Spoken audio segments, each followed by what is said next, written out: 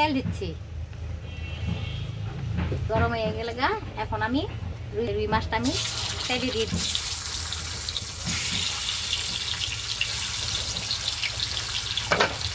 এখন আমি মাছটা উল্টে দিচ্ছি, নাহলে মাছটা লেগে যাবে।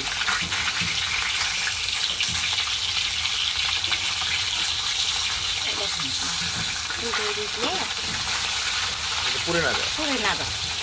আমার মাছগুলো ভাজা হয়ে গেছে, এখন আমি নামিয়ে ফেলবো।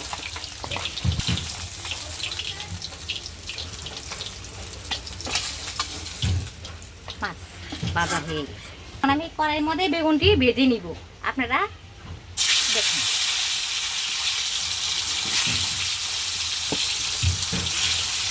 এখন আমি বেগুনটা একটু ঢেকে দিচ্ছি। ঢাকনাটা উঠে বেগুনটা আমি এখন উল্টিয়ে দিব, তাহলে বেগুনটা লেগে যাবে। হ্যাঁ, পুড়ে যাবে বেগুনটা, তাও তো পুরো একটু তো হয়ে গেছে।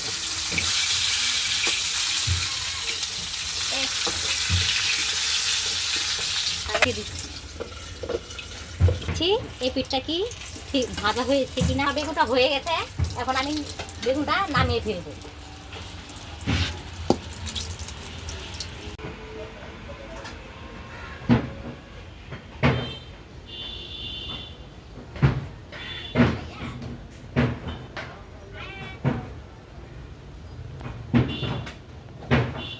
পাতিলে তেল দিচ্ছি,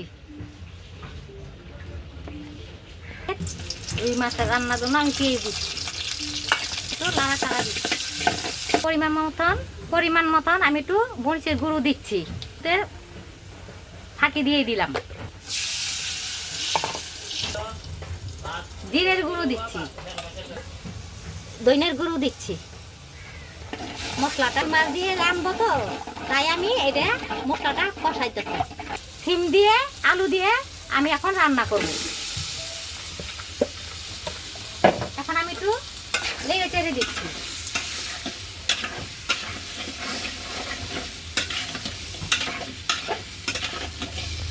ঢেকে দিচ্ছি, আমি তরকারিতে ঝোল দিয়ে দিচ্ছি।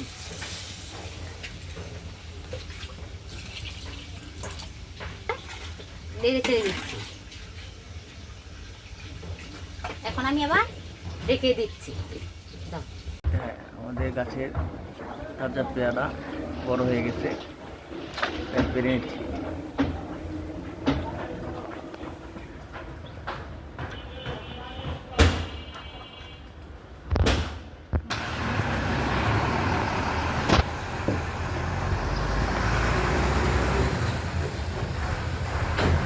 এটা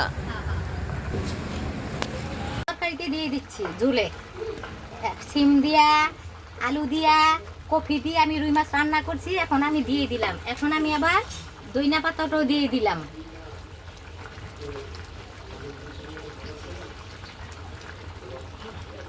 মরিচও দিয়ে দিলাম, ই করে দিচ্ছি, লাড়া চাড়া দিয়ে দিচ্ছি। এখন আমি আবার ডেকে দিচ্ছি, উঠায় ফেলেছি। এখন আমি তরকারিটা আমার হয়ে গেছে, এখন আমি তরকারিটা নামিয়ে ফেলেছি।